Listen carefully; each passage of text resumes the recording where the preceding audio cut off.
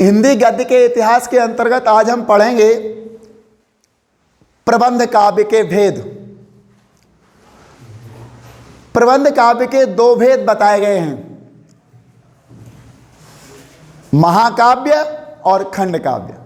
आज हमारा पूरा ध्यान इन्हीं दोनों काव्यों पर केंद्रित रहेगा। अगर कोई प्रश्न हमारे सामने आता है कि महाकाव्य किसे कहते हैं और इसकी विशेषताएं बताइए, तो सारी विशेषताएं किसे में ही आ जाती हैं, लेकिन हमने विद्यार्थियों के और सरलता से जानने के लिए, समझने के लिए दोनों को अलग अलग करके दिया है। अगर महाकाव्य की बात की जाए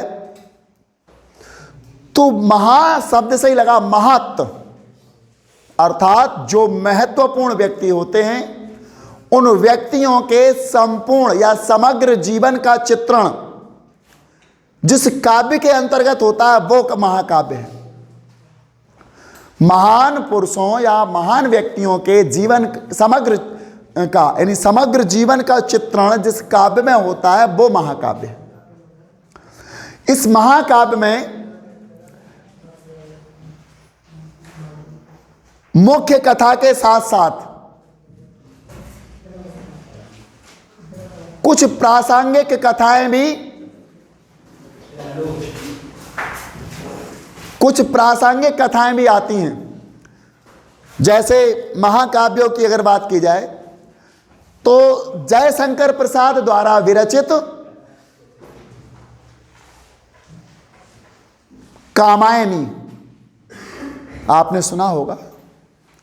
जयशंकर प्रसाद छायावाद के आधार स्तंभ कवि हैं और जयशंकर प्रसाद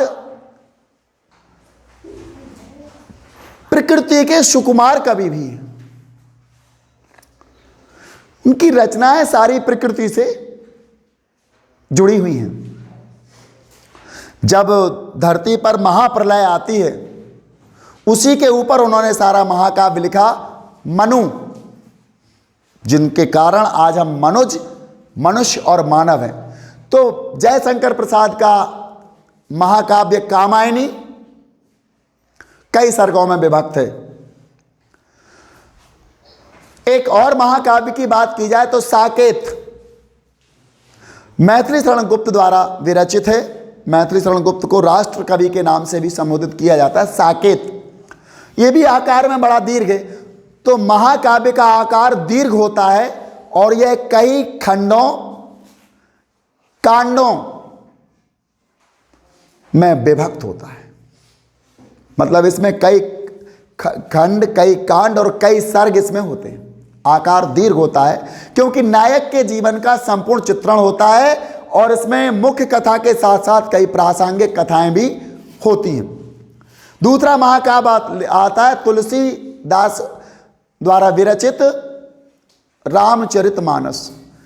रामचरितमानस में श्री राम की कथाओं के साथ साथ अन्य कथाएं भी हैं। उसमें उनकी कथा के साथ साथ अन्य कथाएं, प्रासंगिक कथाओं को भी उसमें लिया गया है।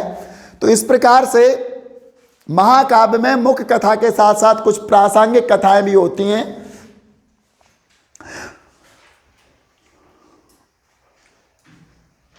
इसकी एक विशेषता और होती है महाकाव्य की, इसमें वीर, शांत और श्रृंगार रसों की प्रधानता होती है।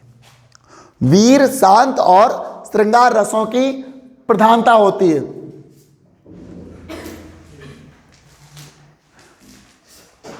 इसका आकार तो बड़ा होते ही। अब हम बात करते हैं दूसरा प्रबंध काव्य जो है खंड काव्य। जैसा कि नाम से ही विदित हो रहा है, खंड का मतलब टुकड़ा। संपूर्ण से कुछ हटा करके जो छोटी सी चीज लेके हम आते हैं वो खंड होती है। तो इसका आशय हुआ किसी नायक के जीवन का एक खंड, जीवन की कोई एक घटना। श्री कृष्ण का जीवन तो कंस के अत्याचारों से शुरू होता है, देवकी और वसुदेव के साथ। वहाँ उनका जन्म होता है और अंत महाभारत के बाद जाकर के कहीं ऋषि मुनियों के श्राप के कारण होता है। तो एक संपूर्ण जीवन तो उनका बहुत विस्तृत है। कब यशोदा जी की माता के यहाँ रहे, कब वो देवकी के पास गए, कब कंस का वध किया, कितने राक्षसों का संहार किया, अर्जुन को गीता का उपदेश दिया, सारी बातें।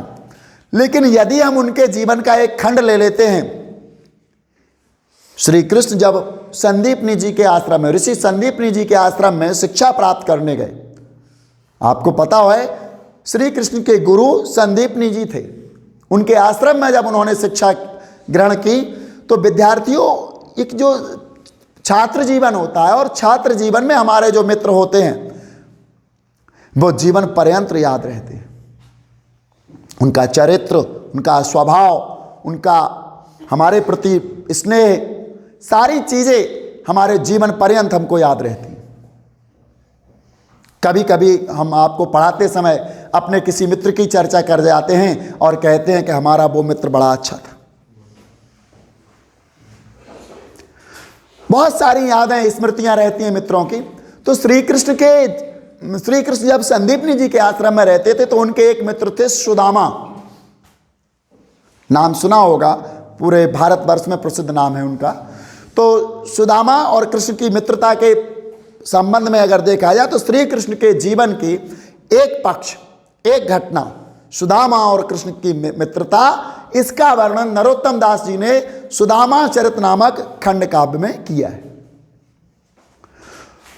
तो खंड काव्य का आशय होता है किसी नायक के जीवन का एक खंड, एक पक्ष, एक घटना का वर्णन होना। इसका आकार भी महाकाव्य की तुलना में सीमित या छोटा होता है। ये कई सर्गों में तो नहीं, लेकिन कुछ सर्गों और कुछ खंडों में या कुछ कांडों में विभक्त होता है। खंड काव्य की ये विशेषता होती है, इसका आकार सीमित होता है। इसमें एक चीज और है, महाकाव्य में मुख्य कथा के साथ साथ अन्य प्रासंगिक कथाएं भी मौजूद रहती हैं, लेकिन खंड काव्य में केवल एक ही कथा होती है। इसका आकार छोटा होता है और यह स्वयं में पूर्ण होता है। पूर्ण का मतलब जो घटना या जो पक्ष अपन रखते हैं किसी के जीवन का, वो पूरा पक्ष रखते हैं।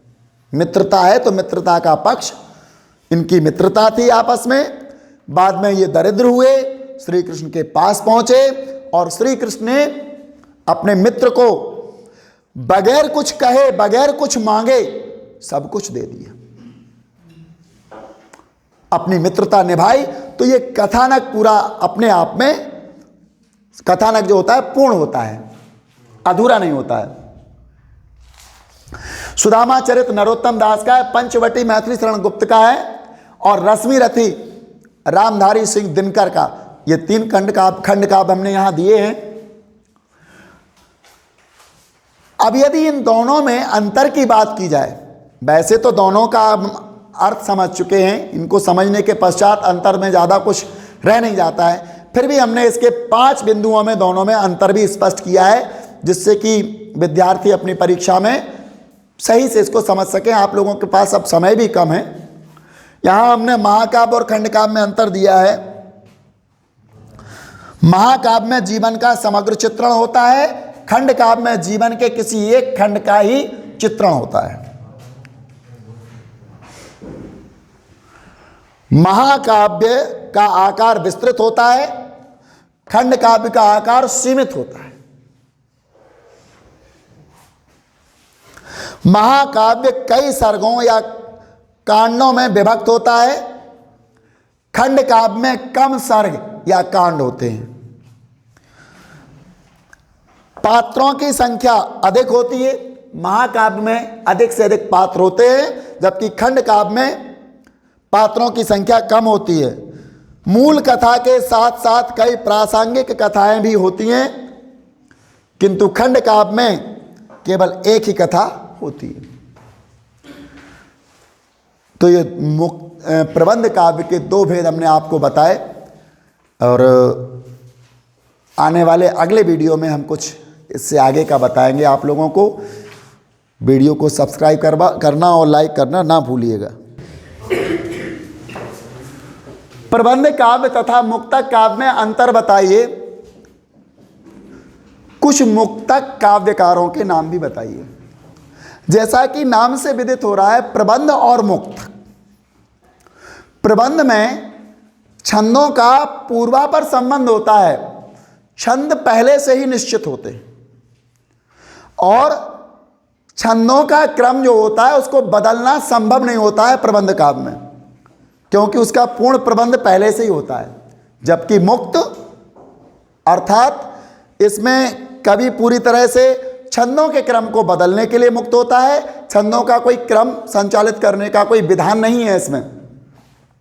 मुक्तक काव्य में प्रत्येक छंद का पूर्ण अर्थ होता है और यह किसी छंदों के किसी क्रम के अनुसार संचालित भी नहीं होता है। प्रबंध काव्य की यदि बात की जाए तो रामचरितमानस तुलसीदास जी का यह प्रबंध काव्य के अंतर्गत आता है, और प्रिय प्रवास यह भी प्रबंध काव्य के अंतर्गत आता है। बिहारी सतसई, मीरा के पदावली, सूर सागर, ये सब मुक्तक काव्य के उदाहरण हैं। बिहारी सतसई, मीराबाई कृत पदावली और सूरदास कृत सूर सागर, ये सारे के सारे मुक्तक काव्य के अंतर्गत आते हैं। जबकि मुक्तक काव्यकारों के यदि नाम बताने हो तो हम बिहारी लाल, मीराबाई और सूरदास, इन तीनों के नाम बता सकते हैं कि ये मुक्तक काव्यकार हैं। बिहारी लाल, मीराबाई, सूरदास आदि कवि मुक्तक काव्यकार हैं। विद्यार्थियों, एक प्रश्न परीक्षा में सामान्यतः पूछा जाता है, शब्द शक्ति किसे कहते हैं। हम अब इससे पहले के वीडियो में आपको शब्द शक्ति के तीनों शब्द शक्तियों के बारे में विस्तार से बता चुके हैं। आज हम एक छोटा सा प्रश्न, शब्द शक्ति किसे कहते हैं, इस पर चर्चा करेंगे। शब्द और अर्थ के संबंध शब्द शक्ति कहलाता है। शब्द और अर्थ का क्या संबंध है, वो शब्द शक्ति कहलाता है। यह संबंध ही शब्द का अर्थ व्यक्त करता है। उस शब्द का क्या अर्थ निकलता है, अर्थ और शब्द का जो संबंध है वो ही स्पष्ट करता है कि इसमें शक्ति कौन सी है। यह संबंधी शब्द का अर्थ व्यक्त करता है। शब्द शक्ति के 3 प्रकार हैं, अभिधा शब्द शक्ति, व्यंजना शब्द शक्ति, लक्षणा शब्द शक्ति। ये 3 इसके प्रकार हैं। इनके विस्तार से हम पूर्व के वीडियो में बता चुके हैं, आप वहां जाकर के उनको देख सकते हो। आज विद्यार्थियों, मुक्तक काव्य हमने देखा, प्रबंध काव्य देखा, खंड काव्य और महाकाव्य के बारे में भी आज के वीडियो में हमने देखा है। हिंदी काव्य का इतिहास से संबंधित जो भी आपके महत्वपूर्ण टॉपिक थे वो आज समाप्त हो चुके हैं। अगले वीडियो में हम हिंदी से संबंधित कुछ और अच्छी जानकारियां लेकर आएंगे जो आपके परीक्षा में उपयोगी होंगे।